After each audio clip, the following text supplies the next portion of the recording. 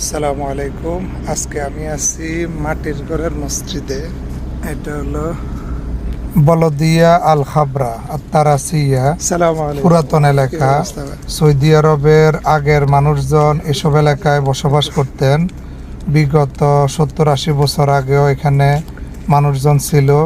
এখন সরকারি স্থাপনা হিসেবে সংরক্ষিত করা আছে পুরো এলাকাটি। বিশাল বড় একটি গ্রাম। এই পাশে জাদুঘরও আছে, সামনে মানুষজনের ঘরবাড়ি, ওইদিকেও অনেক সুন্দর স্থাপনা। সাথেই বিশাল আকারের জুমা মসজিদটি এখনও চালু রাখছে সরকারে। অনেক কারুকাজ, অনেক সংরক্ষণ করে রাখছে। এই দিক দিয়ে আছে উজুর জায়গা। আমরা এখন ভিতরে আসছি।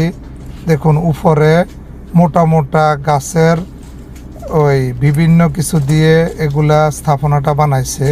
এটা হলো একটা কূপ। কূপ থেকে আগের মানুষের পানি উঠিয়ে অজু করতে, নামাজ পড়তে। অনেক সুন্দর এই মসজিদটি, দারুণ সুন্দর কারুকাজ। আপনারা এসে ঘুরে যাবেন, এই মসজিদে নামাজ আদায় করবেন।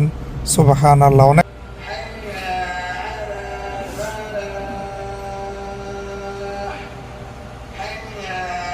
ونستغفره ونعوذ بالله من شرور أنفسنا وسيئات أعمالنا من يهده الله فلا مضل له ومن يضلل فلا هادي له وأشهد أن لا إله إلا الله وحده لا شريك له।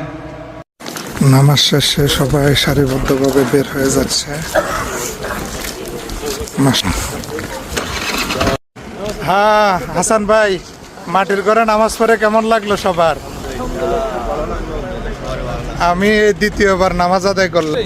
হ্যাঁ, এত বছরে দ্বিতীয়বার আসছি। মুরব্বীরা সবাই একসাথে নামাজ পড়ছে, প্রচুর মানুষ, মাশাআল্লাহ।